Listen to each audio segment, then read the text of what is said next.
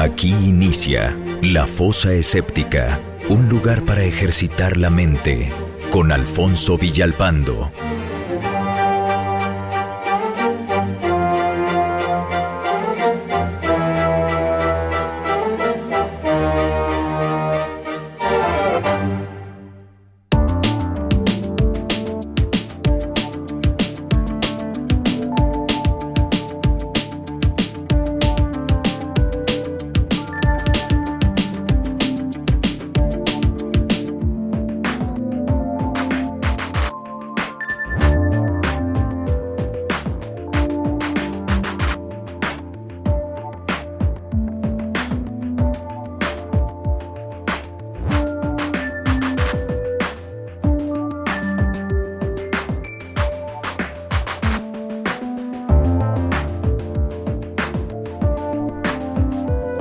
Hola amigos, ¿cómo están?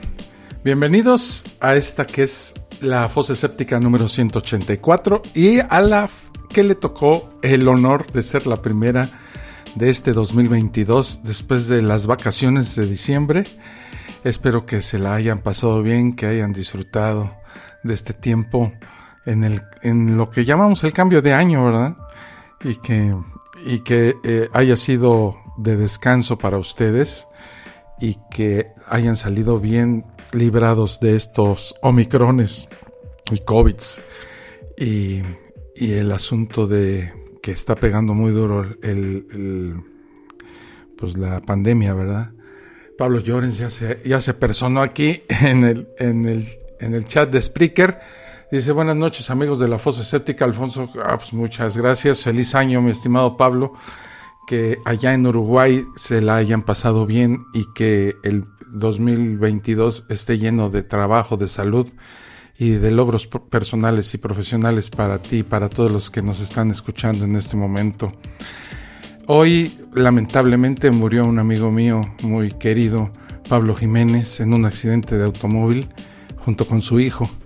Y bueno, pues de alguna manera el empresario teatral Pablo Jiménez, apodado por todos nosotros como el Pollo, porque su papá así le decían al Pollo Jiménez, y dueño de un teatro que se llamaba el Teatro Ofelia, y por muchos años director del Teatro Libanés aquí en la Ciudad de México, al cual tuve el gusto de conocer en mis andares teatrales, y trabajé en el Teatro Libanés con él como empresario en una obra de teatro con Ricardo Gil y otros actores.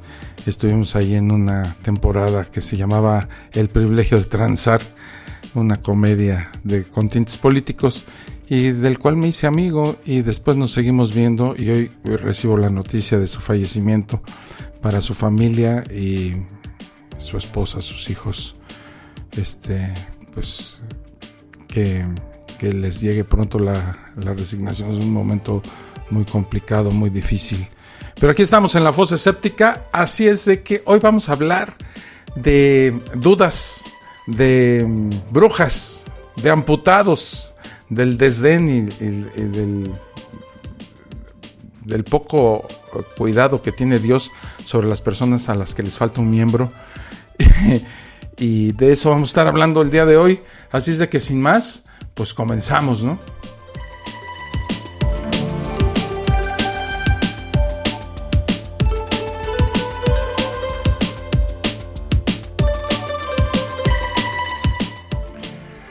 Demoníaco fue el sobrenombre que recibió Pedro Abelardo, que vivió entre el 1079 y el 1142, un famoso filósofo francés del medioevo.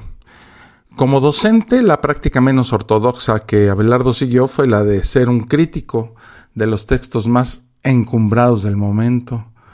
Abelardo dividía a su clase en dos bandos y pedía a uno de ellos defender una tesis y al otro rebatirla. En una época en que todo mundo asentía frente a los textos de los padres de la Iglesia, la Biblia y las enseñanzas de Aristóteles, contradecir lo establecido no solo era extraño, sino peligroso. Para las religiones organizadas, la duda es peligrosa.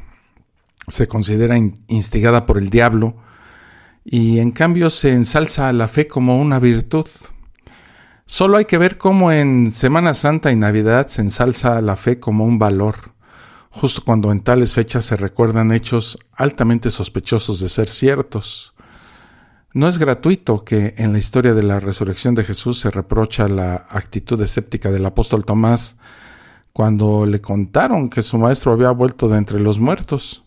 Y él dijo: si no viere en sus manos la señal de los clavos, y metiere mi dedo en el lugar de los clavos, y metiere mi mano en su costado, no creeré. De ahí viene la frase popular: hasta no ver, no creer. Pero la duda, lejos de ser un enemigo inconveniente, es útil, es necesaria, es vital para el mundo de las ideas. Permite el debate abierto, la búsqueda de evidencias, la supervivencia de las ideas con mejores argumentos. El mundo occidental estuvo sumido en la oscuridad intelectual más profunda por los siglos de la Edad Media, porque dudar equivalía a ganarse un pase gratis a la hoguera. Con el nacimiento de la ciencia moderna, se empezó a cuestionar a las autoridades. Copérnico cuestionó a Ptolomeo y también a la Biblia. Vesalio cuestionó a Galeno y a Aristóteles. Galileo cuestionó a Aristóteles, a Ptolomeo y a la Biblia también. Giordano Bruno cuestionó a la Iglesia en general, y esta última le respondió con una misericordiosa hoguera. La duda se abrió camino con mucha dificultad, pero sus frutos son una filosofía y una ciencia más libre, más robusta. La fe no es un valor. El pensamiento escéptico o racional sí que lo es. La duda por sí misma no lleva a ningún término si no impulsa una búsqueda de evidencias y argumentos sólidos. En la mayor parte del mundo actual se acepta el papel necesario del continuo escrutinio en la ciencia, pero no para las ideas religiosas. La fe llega ahí donde lo indefinible, desde la razón, necesita una ayuda desde la tradición y la sanación social.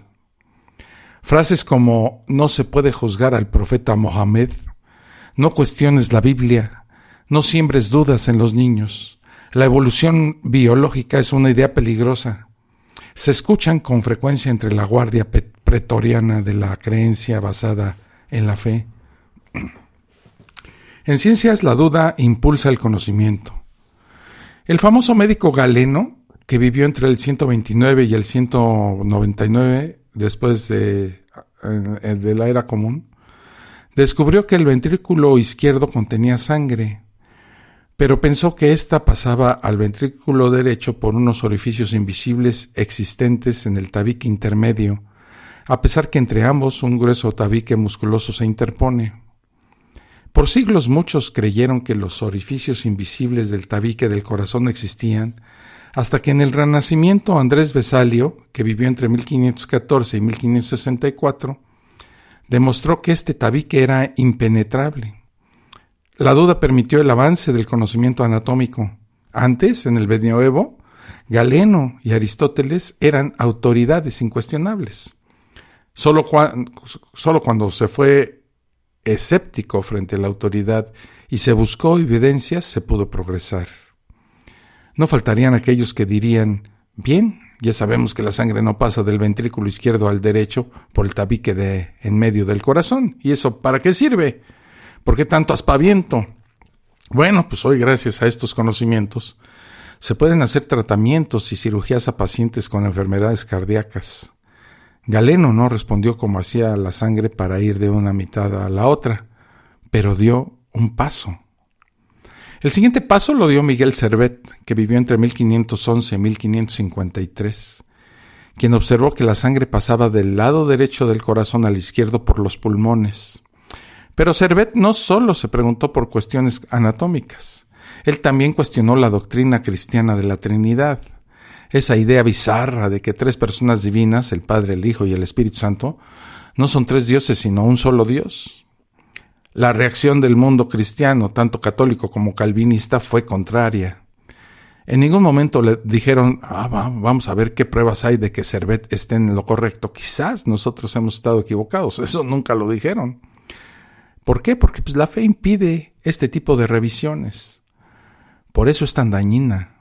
Servet terminó en la hoguera por parte de la Iglesia Calvinista en Ginebra, ahí en Suiza. La Iglesia Católica, que no lo echó a las llamas, tuvo que conformarse con una quema simbólica en Vienne, en Francia. Algunos pensarán que la oposición clerical al libre examen de las ideas ya llegó a su fin. Las hogueras literales se habrán apagado en Occidente, pero la coacción a millones de creyentes para que no miren otros puntos de vista sigue viva entre los diferentes credos religiosos. La cofundadora de la Iglesia Adventista, la señora Elena G. de White, regañó a los maestros con estas palabras: precisamente por ser el corazón humano tan propenso al mal, es tan peligroso arrojar semillas de escepticismo en inteligencias jóvenes. Perdón, eso lo dijo Elena G. de White. Pero justamente lo que la sociedad actual necesita son semillas de escepticismo en momentos en que los promotores de la fe promueven el amoldamiento del pensamiento o fundamentalismos y de paso se lucran. Muchos se preguntan qué se gana con cuestionar la religión y sus credos. Creo que la respuesta es la libertad de la mentira, la libertad de alienación mental. Encontré una respuesta impactante en la película Ágora, dicha por el personaje de Hipatia, interpretado por Raquel Weisz. Cuando se le invita a convertirse al cristianismo con el fin de frenar la persecución impulsada por el obispo Cirilo de Alejandría, dice esto: tú no te cuestionas lo que crees, yo no puedo, yo debo. Bueno, pues ese deber para las mentes librepensadoras, agnósticas y ateas no debe verse más como un lastre. El pensamiento escéptico racional debe constituirse en el medio por el cual se crece intelectualmente como sociedad. Debe constituirse en un derecho a promover. Voy a hacer una pausa y cuando regrese vamos a hablar de los demonios. Ya regreso.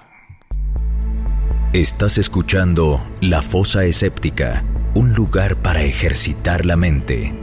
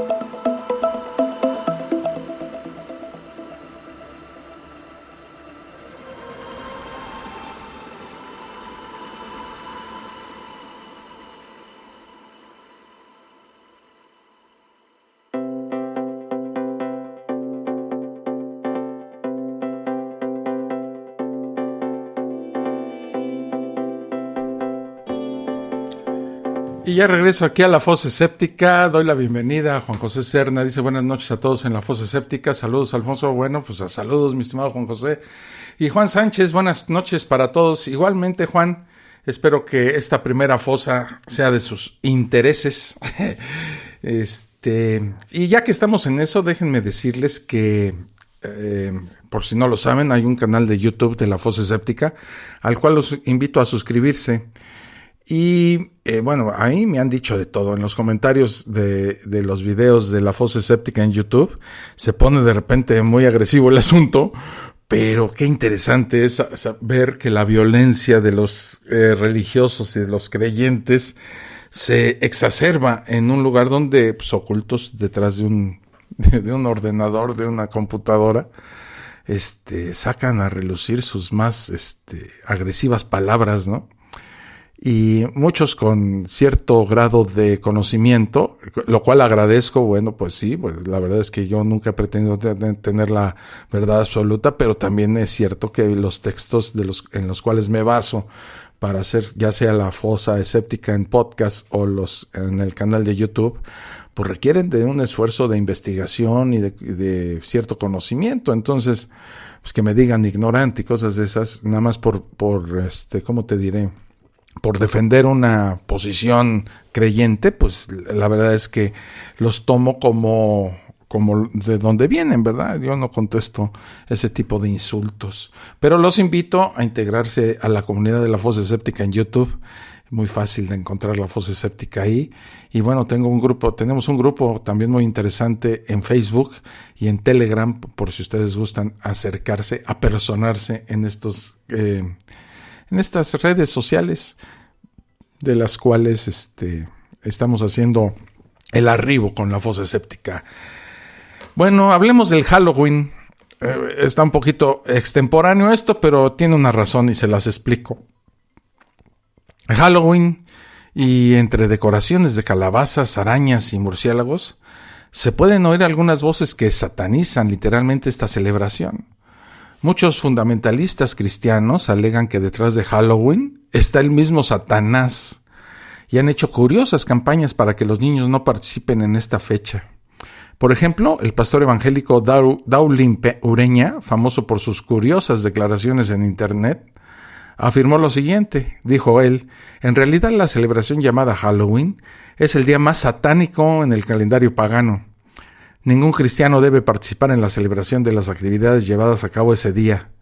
Durante la celebración del Halloween, sigue diciendo este señor, los niños se visten de brujas, duendes, fantasmas, pequeños demonios y adivinos. Todos estos son representantes del reino de las tinieblas. Eso es lo que dice Daulín Ureña. Las brujas, fantasmas y demonios existen en las mentes nubladas en lugar de la realidad. A medida que la ciencia ha avanzado, hemos podido comprender que estos seres que tanto asustan a algunos creyentes son tan solo seres imaginarios. ¿Qué tienen en común una lombriz solitaria, un hongo del centeno y el virus de la rabia con las presuntas posesiones demoníacas, las brujas y los vampiros? Al parecer nada. Pero nuevamente encontramos que en el desconocimiento del mundo natural se encuentra una de las razones de por qué se cree en lo sobrenatural. Miren, en 1692, en la ciudad de Salem, en Massachusetts, en Estados Unidos, un grupo de niñas comenzaron a comportarse de manera extraña. Lloraban, se quejaban de dolores extraños y andaban a cuatro patas.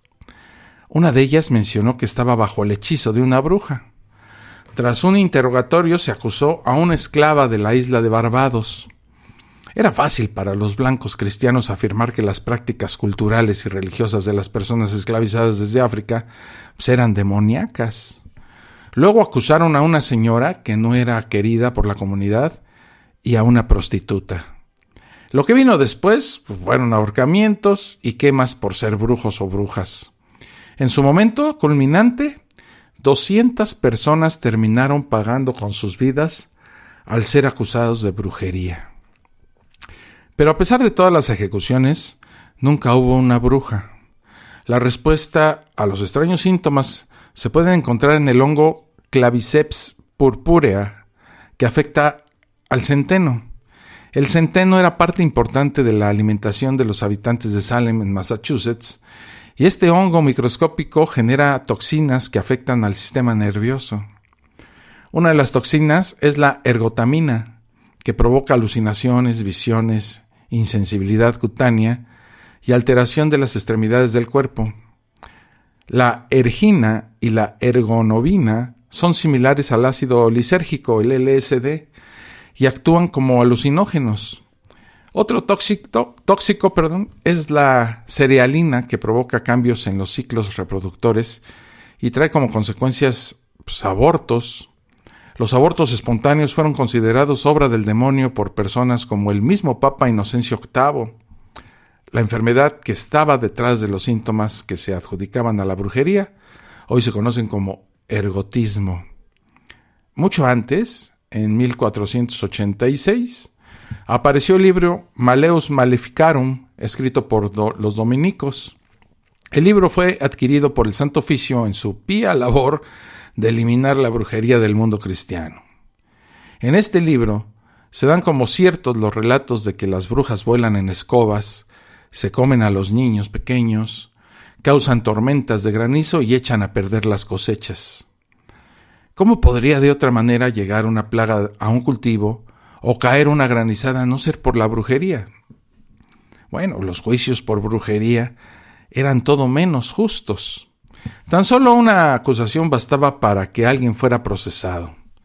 Si la persona no confesaba, se consideraba que el diablo estaba muy aferrado a ella. Pero la Inquisición encontró en la tortura la herramienta para lograr la confesión. Cuando por la desesperación la acusada confesaba, pues debía luego incriminar a otra persona. Así se iniciaron cacerías de brujas, que no fueron más que asesinatos fomentados por la ignorancia, el fanatismo y la envidia de vecinos celosos. La Iglesia Católica tiene gran culpa de estas masacres por haber creado la Inquisición y haber mantenido a estas supersticiones al extender creencias irracionales en demonios, espíritus y en el diablo. Y aún mantiene a sacerdotes exorcistas. Fue el Papa Inocencio VIII quien en una bula de 1484 declaró: «Ha llegado a nuestros oídos que miembros de ambos sexos no evitan la relación con ángeles malos, incubos y súcubos, y que mediante sus brujerías, conjuros y hechizos sofocan, extinguen y echan a perder los alumbramientos de las mujeres». Eso fue lo que dijo el Papa Inocencio VIII en 1484. Desafortunadamente hay personas que todavía hoy creen en posesiones demoníacas. Incluso hay pastores y sacerdotes que se autodenominan exorcistas. Muchos de estos que afirman estar poseídos sí lo están, pero por gusanos de tenia o solitaria que han migrado al cerebro. Una vez alojados ahí, el cuerpo lucha contra los parásitos rodeándolos de una capa de calcio. Las estructuras calcificadas producen convulsiones que en regiones pobres de Latinoamérica, Asia y África son interpretadas como posesiones demoníacas. Un examen con un tomógrafo suele mostrar la verdadera causa: neurocisticercosis. Pero las prédicas sobre posesiones demoníacas son un negocio rentable. La Iglesia Universal del Reino de Dios, conocida por su lema «Pare de sufrir», predica constantemente sobre los demonios y su relación con las enfermedades tanto físicas como mentales. Hablan incluso de demonios de pereza, de mal genio o de pobreza. Sus pastores practican exorcismos con frecuencia mientras cobran el diezmo. Las prácticas de esta iglesia han dejado a su líder y fundador, el obispo brasileño Edir Macedo, con una fortuna de cerca de $950 millones. La noche de Halloween no quedaría completa sin los vampiros. La fobia a la luz y el agua, fotofobia e hidrofobia respectivamente, así como el aterrador impulso de morder de los acusados de vampirismo, no fue más que el resultado de epidemias del virus de la rabia, un virus de la familia Rhamnodovirinae que causa encefalitis, que es la inflamación del encéfalo. El neurólogo Juan Gómez Alonso encontró que en el siglo XVI, cuando se reportaron los fenómenos de vampirismo en los Balcanes y Hungría, había también una epidemia de rabia en perros, gatos y lobos. En tiempos donde no se conocían los virus y todo se explicaba achacándoselo a Dios o al demonio, pues no era difícil que se creara una explicación de orden sobrenatural. El personaje de Drácula está inspirado en la figura histórica del príncipe rumano Vlad II, quien nunca bebió la sangre del cuello de sus víctimas. En realidad era un gobernante cruel y despiadado que empalaba a sus víctimas en campo abierto. La muerte por empalamiento era dolorosa y sangrienta, y el efecto psicológico sobre sus súbditos y enemigos era tal como para mantener su poder intacto. Estudios recientes han confirmado que los movimientos del indicador de la tabla Ouija o de las varitas de radiestesia se deben a movimientos involuntarios de los participantes. Los movimientos de las mesas en las que se reunían los practicantes del espiritismo eran causados también por ellos mismos de manera inconsciente. Grupos de escépticos y racionalistas en varias partes del mundo han expuesto a médiums y espiritistas como estafadores. Afortunadamente, la era del Internet ha puesto una gran cantidad de información al público para desenmascarar a farsantes como el tal Uri Geller y muchos similares. Una buena cuota del mantenimiento de la superstición la tienen los sacerdotes y pastores que predican en la existencia de demonios y aconsejan exorcismos. Con gran asombro encontré una declaración del sacerdote católico Gabriel Amort. Este señor Amort, que murió en el 2000, si no mal recuerdo, en el 2016, perdón, era considerado el exorcista oficial del Vaticano. Y él dijo esto: la gente piensa que es un libro inofensivo para los niños, pero es magia y la magia lleva al mal. En los libros de Harry Potter, la labor del diablo es astuta y sutil. En ellos emplea sus poderes extraordinarios, la magia y el mal. Eso lo dijo Gabriel Amort acerca de los libros de Harry Potter. Es totalmente absurdo y ridículo creer semejante tontería, ¿no? Harry Potter es maravilloso como literatura. Obviamente nadie con un intelecto sano creería que en el mundo real puedan ocurrir cosas mágicas y sobrenaturales. Para personas como el padre Amort o Daulin Ureña, del cual ya hablamos, aún la verdad no les ha salido el sol. Sus mentes están nubladas en los tiempos de los vampiros en los Balcanes, en el de las brujas de Salem, en el que los virus y las enfermedades neurológicas no existían. Los pastores fundamentalistas se remiten a la Biblia no solo para rechazar Halloween, sino para sostener que las brujas y espíritus existen. Sin duda mencionarán las provisiones del Antiguo Testamento, por ejemplo en el Deuteronomio, o los relatos en que Jesús expulsó demonios, lo cual viene siendo relatado en Marcos. Pero el que la historia esté relatada en la Biblia no la hace más verídica que los relatos de los vecinos de Salem o los del Malleus Maleficarum. Sin salirnos de los evangelios, encontramos en Mateo un relato en el que el demonio lleva a Jesús a lo alto de un monte para que pueda divisar todos los reinos del mundo. Allí el diablo lo tienta ofreciéndole todos esos reinos si Jesús lo adorara. Cosa realmente absurda porque, por un lado, por muy alto que sea el monte, no podía divisar más allá de unos cientos de kilómetros. Y por otra parte, la tierra es redonda, razón por la que sería imposible divisar todos los reinos de la tierra. Así que, ¿cómo tomar por cierto un libro que contiene errores tan enormes? Y para abundar un poquito más acerca de esta historia del demonio y de Jesús, y la oferta del demonio se la hace al creador del universo y dueño de todo, según los religiosos, ¿verdad? Es como si yo llego a la casa ¿de quién? De Pablo Llorens, y le digo que si me cumple un deseo cualquiera, le regalo la televisión que él tiene. Así de absurdo. El origen en la creencia en el diablo hay que remontarla en el antiguo Israel, en el que, para pesar de los fundamentalistas, no fue monoteísta desde sus orígenes. Los primeros adoradores del dios Yahvé eran enoteístas, es decir, creían que existían otros dioses, pero Yahvé era el principal dentro de un panteón. Incluso Yahvé tenía una esposa o consorte denominada Asera. En el Oriente Próximo, esta diosa también se conocía como Astarte o Istar. De la mano de líderes religiosos, el enoteísmo dio paso al monoteísmo.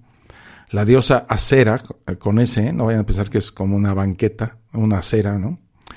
No, la diosa Asera, con ese, fue borrada y los otros dioses del panteón se transformaron en ángeles o en demonios. Uno de esos dioses rivales era el dios filisteo Baal, el cual terminó siendo asociado como demonio. Los editores masculinos de la Biblia terminaron borrando toda evidencia de la adoración de Yahvé y Asera como una pareja divina y relacionando a Baal como lo malo, con la maldad. Los demonios que tanto temen los pastores evangélicos y los sacerdotes no son más que una construcción cultural, al igual que su contraparte benévola. A pesar que el desarrollo de la ciencia ha eliminado a los dioses y demonios, el deseo de creer de muchos y el de estafa de otros no cesa en el mundo. Bien lo resumía el astrónomo Carl Sagan cuando dijo que la vida es solo un vistazo momentáneo de las maravillas de este asombroso universo, y es triste que tantos la estén malgastando soñando con fantasías espirituales. Esto lo dijo nuestro amigo Carl Sagan. Voy a hacer una pausa y regreso para ver por qué Dios no sana a los amputados. Ya regreso. Estás escuchando La Fosa Escéptica, un lugar para ejercitar la mente.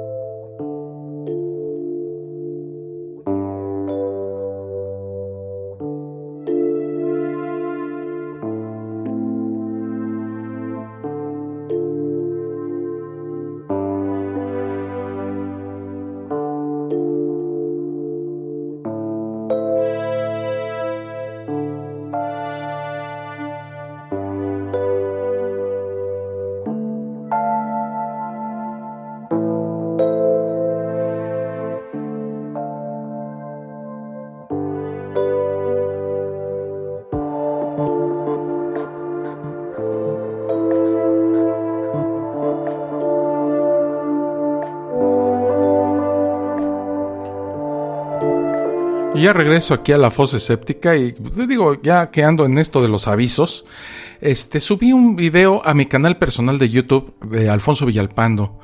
Tengo un canal que usaba anteriormente para que ahí quedaran registrados los audios de la fosa escéptica, porque no me parecía conveniente tener un canal especial de la fosa escéptica. Después, a sugerencia de mi esposa, hice la creación del canal de YouTube de la fosa escéptica, pero no quise pasar esos audios al nuevo canal. Entonces ahí van a estar registrados. El video que subí hace poco avisa precisamente que ese canal, que es Alfonso Villalpando, ya no va a subir más los videos y los audios de la fosa escéptica, sino que estos estarán alojados en el nuevo canal de la fosa escéptica. Pero la gente se sigue suscribiendo al canal de Alfonso Villalpando. Yo creo que con el interés de escuchar los audios y que ahí están alojados, ¿verdad? Pero aviso que no se van a subir más videos en ese canal que tengan relación con la fosa escéptica. Ahí subiré las tonterías que a mí se me ocurren, pero ya no subiré más audios o videos de la fosa escéptica en el canal de Alfonso Villalpando. Entonces, si a ustedes les interesa, pues les hago la invitación nuevamente para que sí se suscriban al canal de YouTube de la fosa escéptica. Dicho lo cual, ¿por qué Dios no sana a los amputados? Vamos a leer un poquito del Deuteronomio. Dice: el profeta que tuviere la presunción de hablar palabra en mi nombre, a quien yo no le haya mandado hablar, o que hablar en nombre de dioses ajenos, el tal profeta morirá. Y si dijeres en tu corazón, ¿cómo conocemos la palabra que Jehová no ha hablado? Si el profeta hablare en nombre de Jehová, y no se cumpliere lo que dijo, ni aconteciere, es palabra que Jehová no ha hablado. Con presunción la habló el tal profeta, no tengas temor de él. Esto dice el Deuteronomio. Una característica superficialmente impresionante de los movimientos evangélicos de tintes pentecostales son las curaciones milagrosas que ocurren en sus congregaciones. Un ejemplo de esto lo vemos en muchos pastores de esta secta. Sus soporíferos discursos acompañados de chillidos premeditados de alabanza para despertar al dormido y enardecer a sus ovejas son intercalados con numerosos testimonios absurdos de sanación. Que a fulanita se le desapareció un cáncer, que a perenganito dejó su silla de ruedas, que menganito volvió a oír. Toda esta feria de milagros altamente filtrados para ocultar los que no se curan y episódicos, o sea, sin ningún seguimiento a los sanados para no mostrar las recaídas, son tomados por los televidentes crédulos como la señal de la acción de Dios sobre esas congregaciones de fe. La oración todo lo puede, dicen los pentecostales. Ante el avance de estas sectas protestantes, la Iglesia Católica no se podía quedar atrás. surgió en sus filas el movimiento de la renovación carismática, con milagros indistinguibles de los evangélicos. Los mismos balbuceos en lenguas, los mismos actos de hipnosis, los mismos exorcismos de personas con algún grado de sugestibilidad o de histeria clínica, y por supuesto, los mismos milagros asombrosos de personas que dejan sus bastones, sus muletas y sillas de ruedas. La creencia en la efectividad de la oración tiene sustento bíblico. El mismísimo Mesías de los cristianos, pseudoprofeta fracasado para los judíos, dio sus enseñanzas en varios pasajes de la Escritura. ¿Qué dijo Jesús, según los evangelistas? Pedid y se os dará, buscad y hallaréis, llamad y se os abrirá. Porque todo aquel que pide, recibe, y el que busca, halla, y al que llama, se le abrirá. ¿Qué hombre hay de vosotros que si su hijo le pide pan, le dará una piedra? ¿O si le pide un pescado, le dará una serpiente? Pues si vosotros, siendo malos, sabéis dar buenas dádivas a vuestros hijos, ¿cuánto más vuestro Padre que está en los cielos dará buenas cosas a los que le pidan? Esto lo dice en Mateo. Este texto es explícito, Todo aquel que pide, recibe. No dice, algunos de los que piden van a recibir. Dice claramente, todo aquel que pide, recibe. Quien quite ese todo, emitido supuestamente por Jesucristo, le estaría quitando una palabra a la Biblia para manipular su significado. En este texto, independiente de quién lo haga y qué solicite, todo aquel que pide, recibe. Las enseñanzas de Jesús sobre el poder de la oración son tremendas. Si fueran ciertas, las consecuencias para la orografía, los cartógrafos y las asociaciones geográficas mundiales serían aterradores. Porque dice en Mateo también, de cierto os digo que si tuviereis fe como un grano de mostaza, diríais a este monte, pásate de aquí para allá, y se pasará, y nada os será imposible. Esto lo dice en Mateo. Jesús no dice aquí que si tuviere fe como un grano de mostaza, algunas cosas serían posibles y otras no. Dice claramente, nada os será imposible. Sobra señalar que el símil con el grano de mostaza se refería a una fe minúscula. Esta enseñanza la reiteró después de hacer secar una higuera por no dar fruto fuera de temporada. Dice, respondiendo Jesús les dijo, tened fe en Dios, porque de cierto os digo que cualquiera que dijere a este monte, quítate y échate en el mar, y no dudare en su corazón, sino creyere que será hecho lo que dice, lo que diga le será hecho. Por tanto os digo que todo lo que pidiereis orando, creed que lo recibiréis y os vendrá. El absolutismo, la exageración del nazareno hacia el creyente es irrefutable. Cualquiera, no algunos, de los que le dijeran a un monte que se echara al mar, si no dudaran, lo lograrían. Todo, no solo algunas cosas, de lo que pidieran, orando y creyendo, les vendría. No hay absolutamente ninguna matización. Referirse a que las peticiones deberían ser espirituales no solo es una mentira agregada a la Biblia para manipular su contenido. Sería una franca violación al contexto que se refiere a gigantescos objetos inanimados que se arrojan al mar y a plantas que se secan ante una divina cólera del Nazareno. En Juan, en el Evangelio de Juan, la promesa es tremenda, Dice, de cierto os digo, el que en mí cree, las obras que yo hago, él las hará también, y aún mayores hará, porque yo voy al Padre. Y todo lo que pidiereis al Padre en mi nombre, lo haré, para que el Padre sea glorificado en el Hijo.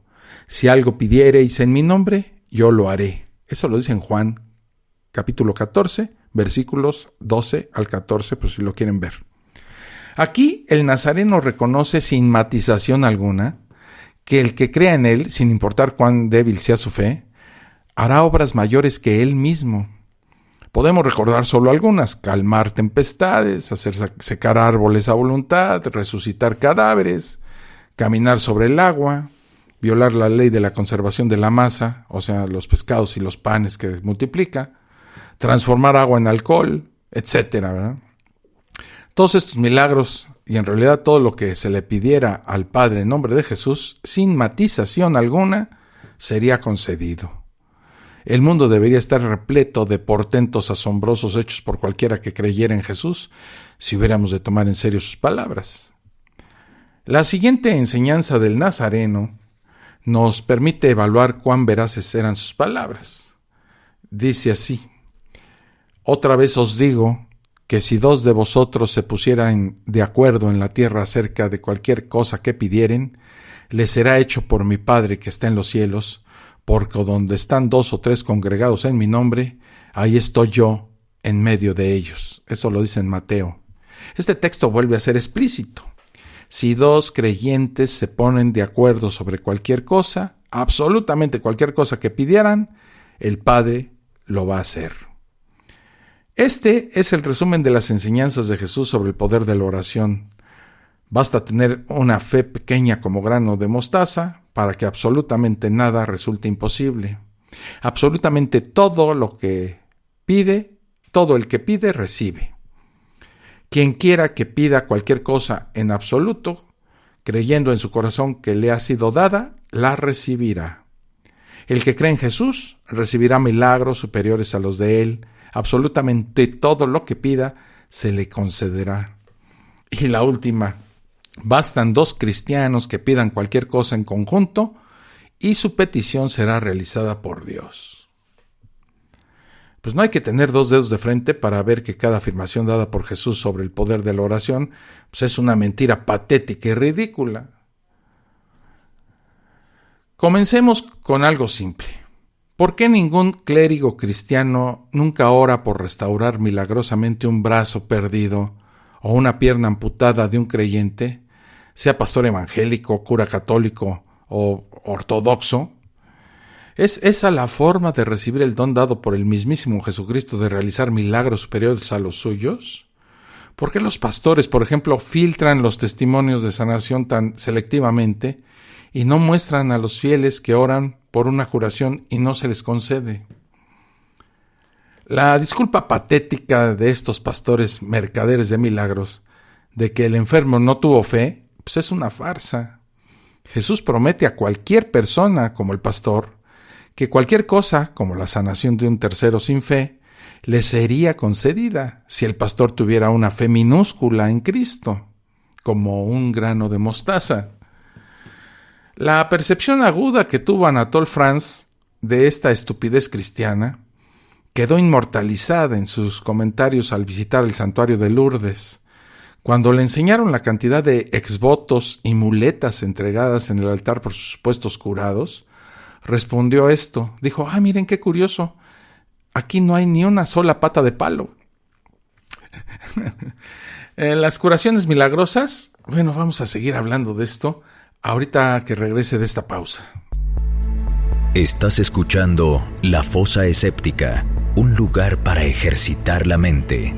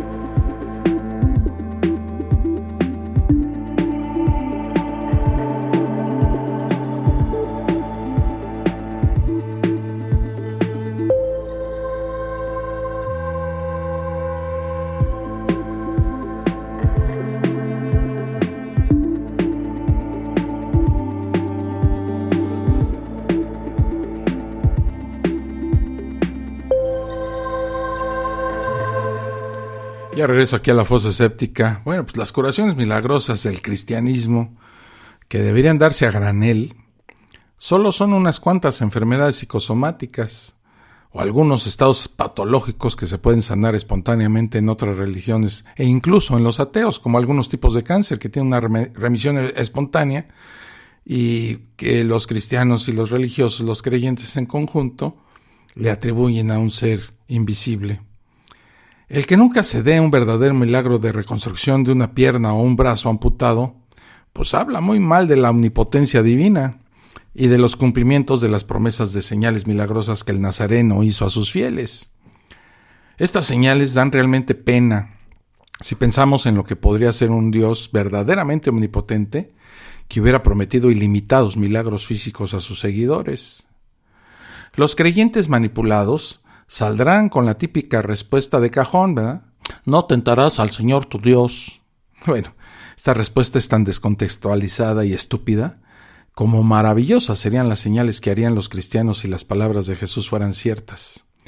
Nadie está pidiéndole a Dios que se postre ante los humanos y los adore, que era lo que Satán le pedía a Jesús cuando lo tentó en el desierto.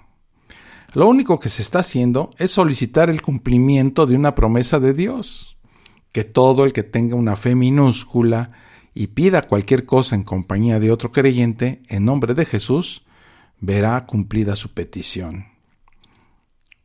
Muchos creyentes argumentarán que estas peticiones solo podrían referirse a deseos altruistas o de profunda necesidad. No cualquier petición gratuita e insulsa, como que te salga un brazo donde había uno, ¿no? Aunque las palabras de Jesús muestran todo lo contrario, podemos conceder temporalmente y mostrar cuán vana resulta esta excusa. Se podría pedir a Dios en nombre de Jesús, en cualquier congregación cristiana donde haya más de 2 fieles al mismo tiempo, que se curen inmediata e instantáneamente todos los cánceres del planeta. Esta oración sería altruista, ya que el par de creyentes no pedirían nada para ellos.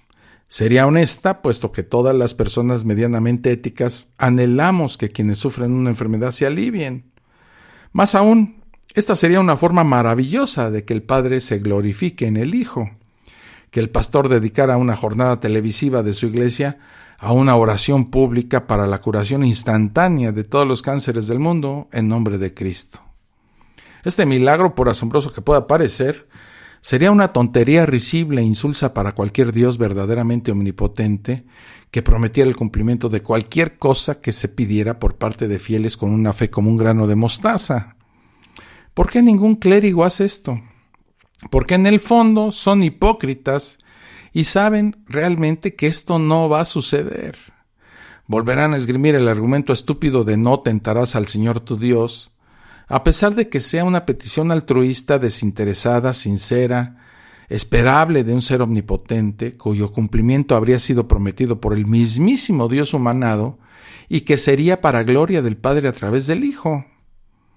Sobra decir que ningún pastor se prestará para esto. Ellos saben que no sucederá. Saben que ningún Dios, ni siquiera el todopoderoso Vishnu, cumpliría esa promesa. El Dios en el que creen es pequeño, mezquino, que no cumple lo que promete a través de su supuesto Hijo. No quieren quedar en ridículo y por lo tanto jamás lo harán, a pesar de que no haya impedimento teológico alguno en hacer esta petición y en esperar su cumplimiento absoluto. Pero durante las últimas décadas del cristianismo, se ha realizado un experimento inconsciente por miles de sacerdotes y millones de creyentes. Durante décadas, en cada misa dominical, se ha hecho en el culto una petición honesta, sincera, altruista, hecha en nombre de Cristo, y que glorificaría al Padre en él. Es la petición por la paz del mundo, ¿verdad? En todas las iglesias, todos los domingos, se hace este tipo de petición, que haya paz en el mundo. Durante casi medio siglo, si no es que más, todos los creyentes reunidos en la iglesia han pedido al Padre, a Dios, que otorgue por fin la paz tan anhelada a todo el planeta. ¿Cuál ha sido el resultado de este experimento inconsciente? Pues que las oraciones de toda la iglesia unida durante tanto tiempo por una sola causa han sido ignoradas olímpicamente por el Dios de los cristianos. No solo las guerras se han agravado, sino que han llegado al extremo de deshumanización, en la cual un presidente cristiano metodista detona 2 bombas atómicas sobre una población civil en Japón en 1945, ya lo sabemos, vaporizando en el acto a miles de personas, cientos de miles de personas, y dejando en un suplicio inenarrable a los supervivientes de semejante baño radioactivo. Jesús dijo que bastaban 2 creyentes en acuerdo, orando con fe, para que Dios diera cualquier señal, por imposible que pudiera parecer. En contraste, tenemos millones de creyentes orando a lo largo de más de medio siglo con fe, congregados en sus iglesias cada semana, pidiendo para que haya paz en el mundo. Y Dios ha hecho caso omiso de esta petición sincera y altruista. Esta realidad pone en sus justas proporciones la ridiculez enseñada por Jesús, el Nazareno. Una última justificación de los creyentes ante semejantes chistes religiosos y tal desdén del Padre es que Dios es soberano, que nosotros podemos pedir, pero Él es el que dispone. Si no desea darnos algo, no importa cuánto lo pidamos, pues no lo vamos a obtener. Esta justificación es el punto más bajo de irracionalidad al que podría llegar un creyente. Si Dios es soberano y tiene en mente negar peticiones de sus hijos, entonces sería un mentiroso si les prometiera que quien quiera que pida cualquier cosa en nombre de Cristo la obtendría. Si promete cumplir todas las peticiones, sabiendo de antemano que negará millones de ellas, entonces Dios sería un farsante insensible, sería el verdadero padre de la mentira. Habría prometido lo que de antemano sabía que no iba a cumplir. Es un hecho. Si hemos de creer a los evangelios, Jesús enseñó mentiras evidentes sobre el poder de la oración. La práctica cristiana lo demuestra. No bastan esos dudosos testimonios de mercaderes de milagros más interesados en los millones que se sacan de las ofrendas y diezmos de sus borregos que en la verdad y la salud de sus fieles. Si las enseñanzas de Jesús sobre el poder de la oración fueran ciertas, pues estaríamos en otro mundo muy, pero muy distinto. Si creemos en la Biblia, Jesús prometió cosas que no cumplió. Deuteronomio 18 nos enseña claramente el título que deben recibir los profetas que prometen algo en nombre de Dios y que no lo cumplen. Son falsos profetas, malditos de Dios, condenados a la muerte. Y Deuteronomio es claro sobre cómo reconocer a un maldito de Dios. Dice así: si alguno hubiere cometido algún crimen digno de muerte, y lo hiciereis morir, y lo colgareis en un madero, no dejaréis que su cuerpo pase la noche sobre el madero. Sin falta lo enterrarás el mismo día, porque maldito por Dios es el colgado. Y no contaminarás tu tierra que Jehová tu Dios te da por heredad. Esto lo dice en Deuteronomio 21. Si estas enseñanzas fueran realmente de Jesús, no asombraría que Yahvé hubiera cumplido sus amenazas y lo hubiera castigado con muerte en cruz. Y ante semejante destino de su líder, rechazado por la divinidad, sería perfectamente comprensibles los rocambolescos esfuerzos de sus seguidores primitivos para inventarse resurrecciones, partos virginales, redactar pasajes pseudobiográficos para dar apariencia de cumplimiento de profecías, y la sarta de milagros de fábula que pueblan los evangelios, con lo que pretendieron elevar a la categoría de Mesías a quien no fue más que un falso profeta. Voy a hacer una pausa y esto nos da pie, esto que les acabo de platicar en este momento, nos da la pauta para que al regresar de la pausa hablemos del escepticismo y la religión. Ya regreso. Estás escuchando La Fosa Escéptica, un lugar para ejercitar la mente.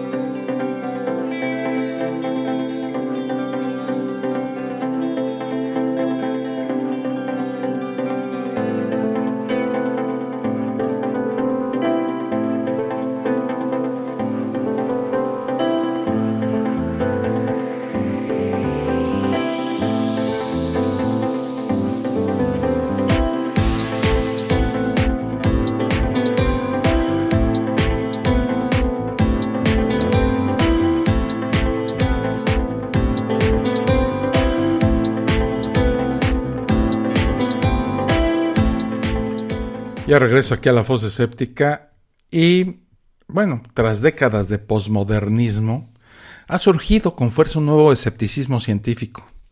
Cada vez hay más grupos que pregonan volver a la ciencia y la razón para confrontar problemas éticos y sociales. Frases como todo es según el cristal con el que se mira o no hay verdades absolutas, pues han comenzado a rechazarse justificadamente. Sin negar que hay afirmaciones relativas, la ciencia sí permite llegar a conclusiones absolutamente verdaderas, como alguien atado a una bomba termonuclear de 150 megatones al detonar irremisiblemente muere. Esta es una verdad absoluta, ¿verdad?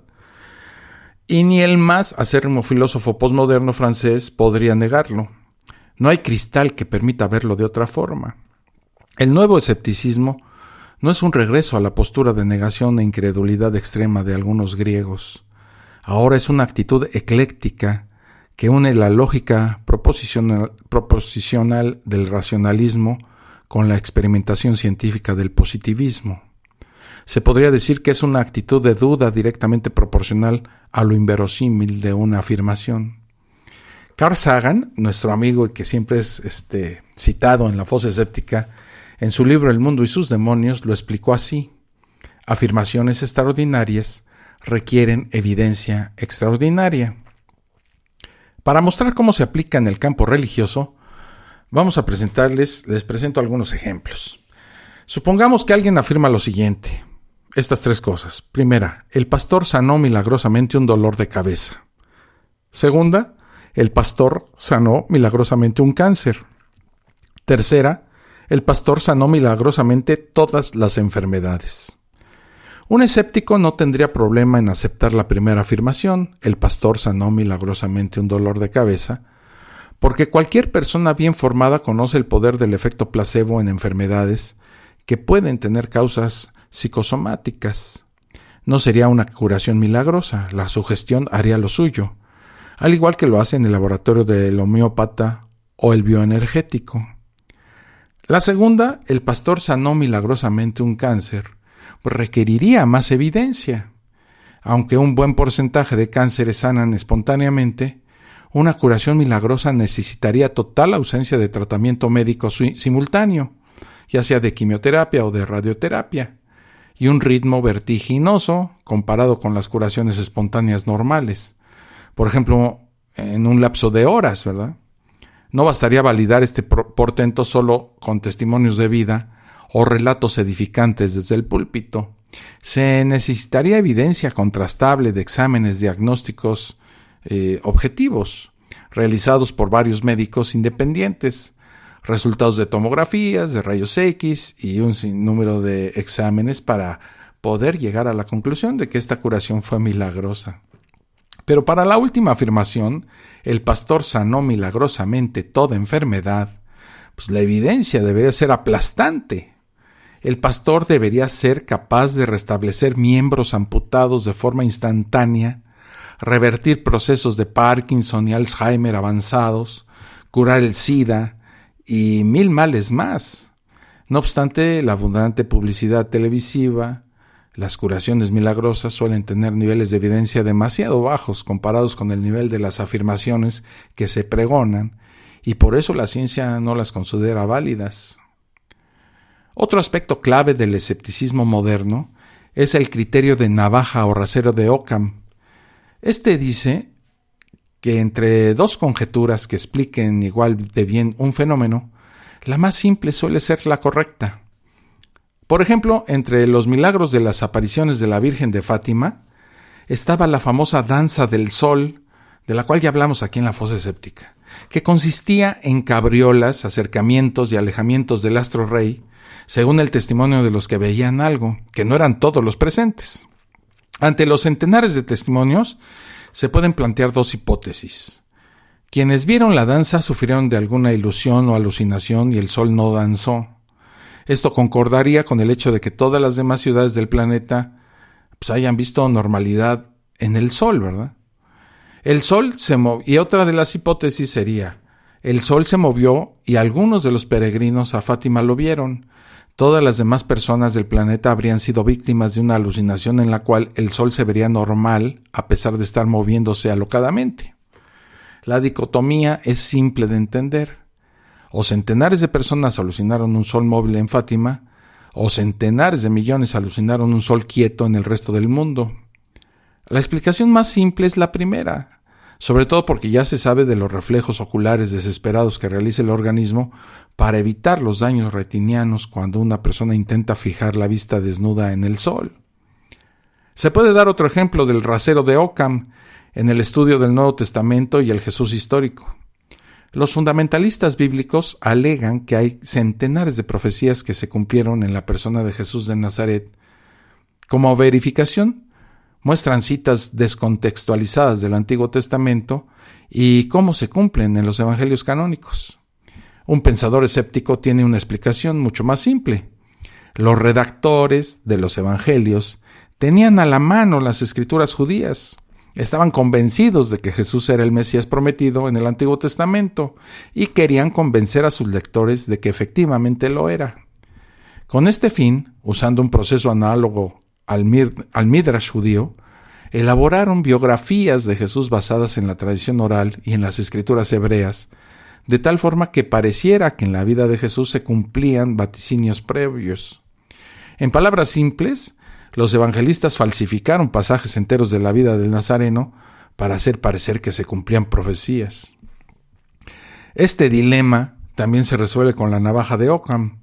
Es mucho más convincente y verosímil que unos redactores del siglo I, con textos hebreos a la mano, falsearan datos biográficos en un escrito con la intención de vender la divinidad de Jesús, que la alternativa a saber que multitud de profetas recibieran sobrenaturalmente centenares de datos biográficos de un individuo que nacería siglos después de ellos, ¿verdad? Para aceptar este último alegato, se requeriría un nivel de evidencia aplastante que, sobra decirlo, no existe en absoluto. Y bueno, ya con esto termino con la fosa escéptica del día de hoy. Les recuerdo suscribirse, dejarme sus comentarios en este audio y acercarse al grupo de Facebook de la fosa escéptica. Les recuerdo otra vez, por tercera vez, suscribirse al canal de YouTube de la fosa escéptica, que es interesante, y sobre todo por los comentarios, para que ustedes vean el nivel que se maneja en algunas personas. Y que, bueno, yo leo todos los comentarios y la mayoría los contesto. Los que son de verdad muy agresivos los dejo porque no es mi intención borrarlos, porque no soy tan intolerante, ¿verdad? La gente puede expresar cualquier cosa, inclusive el insulto, sin que a mí me afecte. Y para que ustedes los lean. A mis amigos de iVoox los saludo con mucho cariño, y a mis amigos de Spreaker también. Y bueno, en la descripción de los videos está la forma en la que todos los links están en la descripción de los videos de YouTube, tanto del grupo de Facebook como de otras plataformas, y la forma en la que se pueden convertir en patrocinadores de este esfuerzo por difundir el ateísmo, el escepticismo y el pensamiento racional. Para todos los demás, para todos los que me escuchen, que este 2022 esté lleno de cosas buenas, que logremos seguir vivos a pesar de estas pandemias, y aquí estamos. Aquí nos vemos en la próxima fosa escéptica. Juan Sánchez dice: excelente, muchas gracias, Alfonso, que descanses. Igualmente, amigo Juan, que descansen, que se la pasen bien. Nos vemos el próximo domingo y el viernes en el canal de YouTube con otro video. Ya me voy, ya me estoy yendo. Ahí nos vemos. Esto fue La Fosa Escéptica, un lugar para ejercitar la mente, con Alfonso Villalpando. Te esperamos en el próximo capítulo a través de Spreaker, Spotify, Apple Podcasts y iVoox.